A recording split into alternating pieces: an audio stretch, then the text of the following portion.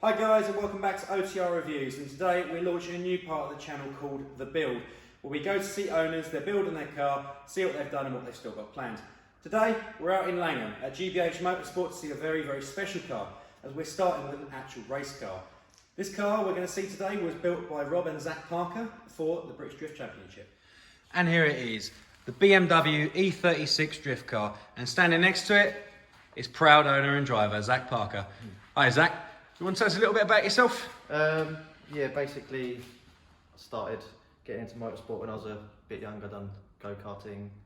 I was going to race Genetic Juniors, had some implications. Finally, me and my dad have done a bit of a dad and lad build at the workshop, just on weekends. About July time we started it. It went down to Huxley Motorsport to get all the roll cage put in. And then as soon as we got it back from Huxley, every weekend, Saturday, Sunday, 8-hour days, getting it smashed out. And now we are a few months down the line and we can present you with this E36. Fantastic. Right, let's go have a look inside first, shall we?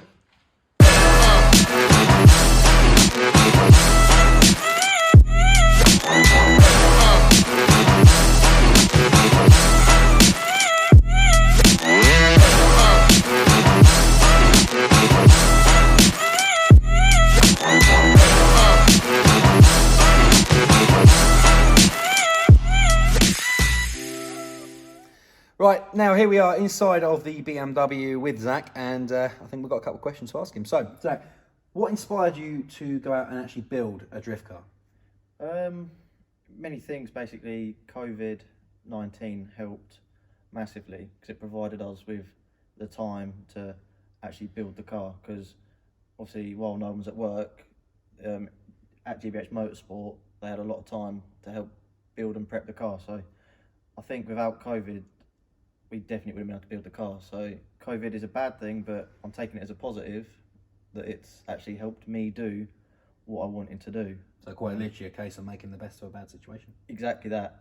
And I picked an E36 because to me it is my favourite car. Yes, it's an old car. I know a lot of people, some people don't like old cars, some people do. But for me, the E36 is one of the best looking cars for me, which is why obviously I wanted to pick it. I believe that we can dial a lot of grip into this chassis. A lot of drifters use S-bodies, which are very good and they're proven, but I'd like to be a little bit different, and I want to use the car that I love, and I want to I want to take this chassis, dial as much grip into it, and then ideally I'd want people to then want to get an E36 because they've seen it and it's hopefully doing well. So you'd like to be an inspiration to kind of a future generation of drift drivers. Exactly, and I want to try and bring the whole like dad and lad into it. Yes, my dad owns a garage, which makes things easy, but me and him, you know, we'll build the car on a Saturday and then we'll go back, we'll have a Chinese and stuff and just talk about what we've done. So if I can get lads to just be dad and lad and just enjoy the time they've got together, then I'll be happy if I can do that. That sounds absolutely fantastic. Can you just explain to us quickly? I mean, I love these orange glow lights inside. What inspired these? Basically, they do events at night, like they do nighttime events, and I just think it'd be cool to have my party lights. And I don't really see many drift cars with this sort of stuff in, which I think is a nice little touch, just to be a bit like cool boy with my night lights on and maybe even have neons on it, you never know. So no, fair play. It's a build in progress as it goes to compete. Yeah. So I understand that you are actually out at an event next week. Yes, that's true. I'm out at Wigan, Three Sisters, which is an event called RDC, which is the Retro Drift Challenge. They've got about 11,000 followers and they're a feeder series for the British Championships. So it's not the highest level of drifting, but it is a feeder series. We're not using it to try and win, although it would, you know, in dream world we could, but we're slightly underpowered for that. But we're just using it as a glorified test day, basically, because this car, I've done 2 drift days before, which isn't really a lot. They're both wet, so if it's dry, it's going to be a different ball game. So we're just going to literally use it for testing. So it's a glorified test day for us, really. Oh, it'll still be good to get the car out and see what it can really do, though. Yeah, yeah, looking forward to it big time. Oh, fantastic. At the end of the video, we'll provide social links for Zach's social media so you guys can follow him next weekend while he's out in Wigan. I think it's time for you guys to have a quick look around this absolutely glorious cockpit.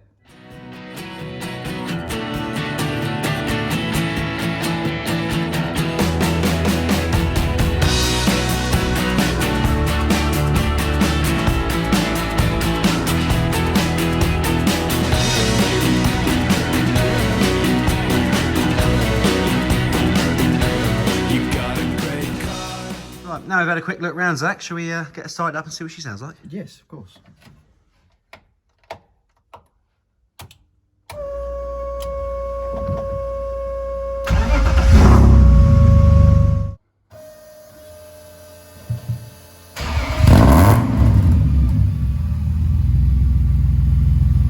Okay, well now we've seen it start up, it sounds absolutely fantastic. But we'll move on to engine and performance in a minute. I want to know a bit more about this interior because I hear this is very, very unique and self-designed. So do you want to run us through it, is it? Yeah, okay, we'll start off first of all with the basic things. Here you can see we've got the Driftworks FIA approved bucket seats. We've also got the matching Driftworks harnesses, and we've gone for a 6-point harness. By 6-point you have 2 shoulder straps, 2 waist straps each side, and then you've also got 2 that come through under the seat to keep you fully secured if we're ever in an accident. We've also got our roll cage, which was done by Huxley at Huxley Motorsport. We've got the dual NASCAR door bars. We've got gussets down the front windscreen that tie into the actual car itself for extra support. The roll cage goes down across underneath the dash, and then it triangulates and goes through into the engine bay, which is also gusseted. On the roof, we've also got a X-brace, which a lot of cars don't have, but again, it's extra protection for myself. And as far as safety as well, we've also got, in the back, you can see we've got our fire extinguisher system, which is on a pull cord down beside me. And if I pull that, it covers everywhere, inside and out, both driver and passenger, if there is a passenger. We've got the master switch for all the electrics here. So, for example, none of these switches will work at all. Engine won't start or nothing until I put the kill switch on, and that livens up everything. Then everything will work. Lights on the inside, hazard lights we've also got. 4-way hazard lights. Got a horn when we put it in. We've also got our washers and our wipers that work as well. And we can also crank the car without it starting with that button there. So you can get oil pressure if you like. Moving on, while we're in this area, we've got our PMC short shifter here, which we've designed a custom bracket for, so that we can't go into 5th gear, because when you're drifting, you never really use 5th gear. So we can come straight out of 2nd and go straight into 3rd without mis-shifting. We've also got our hydraulic handbrake, which we use to lock the rear wheels to brake traction, with our custom brake bias valve, so we can change the brake bias when left foot braking, or if you want to do any track days or anything like that. Oh, so this car can be used as a track car as well as a drift car? Yeah, you could do a few setup changes and you could use it on the track. Obviously it's got all the custom suspension. It's got HSD monopros with a true rear. Okay. So the rear spring is actually built onto the coilover, where as standard this car comes with just a shock and the spring goes on the subframe. Mm-hmm. So if you've heard about getting lowering springs for your car, you just take that spring out and change it for a smaller one. Whereas this one, the spring's actually on the coil, so you have to take the coilover out to adjust it. Okay, I am really interested in your Speedo. It's it's a little bit unique, I would definitely hazard a saying. Yes, it is. I mean, when we're drifting, you don't really need a Speedo. You don't really look at that at all. So we've just gone with, yeah, it's just a bit of funny banter really on there, which is quite nice, quite unique. A bit of banter with the team. Yeah, and it's also supported by our dash that we got flocked as well, so we get no sunlight reflection. Yeah. It's all built absolutely ready to go, I hear then. Yeah, as you can see just down there, it's got a custom wiring loom. So the car hasn't got a standard wiring loom. We ripped it out and rewired the whole car to suit us really, and to save a bit of weight. Sounds good. Right, I think we should have a look under the hood and see what's hiding under there. Yeah. Well, here it is, the thumping straight six heart of this E36 drift car. Zach, do you want to run us through what this engine is and what sort of power performance figures you're pulling out of it? Yeah, we had it on the dyno last week down at Velocity Tuning, based in Ardley. Tommy there, he's done an awesome job on the car. Set it up nice and safely, running nice power for what it is. So here we've got a BMW 328. The car itself is a standard 328, so it's not swapped, it's standard engine, 2.8 cylinder straight six, and on the dyno we got 220 horsepower, 192 at the wheels, 220 at the flywheel. It's got a couple of little bits done it. It's got the M50 manifold on there, so it can flow a bit more air, and then we've got a Nuke Performance fuel rail. We've wired in thermistors for temperature gauges. Okay, we'll move around this side. I see some bits in there. It looks absolutely lovely. Yeah, it's just a carbon intake. It's just got like a ram air on it under there. And that down here, nothing really special. We've got our fuel pressure regulator there. I don't really know what it does, but my dad does, to be honest with you. So I'm not going to try and say I know what it is, because I don't. And here you can see that's all our custom wiring loom that goes through on a speed connector. So if you ever want to get the engine out, it's just a couple of bolts under that connector. The whole wiring loom goes with the engine. No, fair enough. Oh no, that looks absolutely fantastic. It goes with the sound, definitely suits it. Yeah. Right. And the build doesn't stop just after the engine bay. If you remove the boot lid, you can also see we've got what appears to be a fuel tank in the boot. Zach, can you run us through exactly what we've got here and what everything in here does? Yeah, I don't know everything, obviously. My dad's a mechanic, but I try to learn as we go along. So if I start off with the rear end of the car, here, this is all fiberglass. So from here back, we cut the rear end of the car off, got a fiberglass clamshell, and the whole of the rear end you can see has been cut out, it's been replaced for tube work. It's a little bit dirty now, obviously we've been trailering it up everywhere to get certain bits done, but you can see we've got a 20 litre fuel tank here. This is our swirl pot. I'm not quite sure what it does, I just know what it's called because obviously my dad's a mechanic. But we've got our fuel pumps here. It's also got a lift pump inside, and then up here we've got a rollover valve, so if the car rolls it can't leak fuel basically. And all this tube work from here, you can see we've got brackets here and over there, and that's all removable. And this tube work was done by the same people who did the roll cage? Yeah, it was done by Huxley. He'd done it in a couple of weeks. He got it turned around, which was really nice, and it's just a super job as well. Oh, it sounds like you had some fantastic support from the local businesses around here as well. Yeah, it does, and obviously the aim of, we've moved the fuel tank a little bit further backwards as well, because usually it'd be under the car somewhere there, so it's right over the rear end. When we got it on the corner weights, we're at pretty much a 50-50 weight ratio, which is ideal. And it came in at 1,077 with me in it. Wow. So basically a ton. That's pretty nice. That's pretty impressive. And I believe, if I'm not mistaken in saying, this exhaust system was custom made by Rob. Yes, it was, yeah. It's basically from the manifolds down 3 inch, well, it's not actually, it's 2.25 inch, with a couple of resonators in, and it comes twin pipes there and then turn down, which you can slightly see there, each side symmetrical, a little bit dirty now, but it's yeah, getting there. It looks absolutely fantastic in here as well, and it's good to hear that you've got it all set up pretty well as well. Right.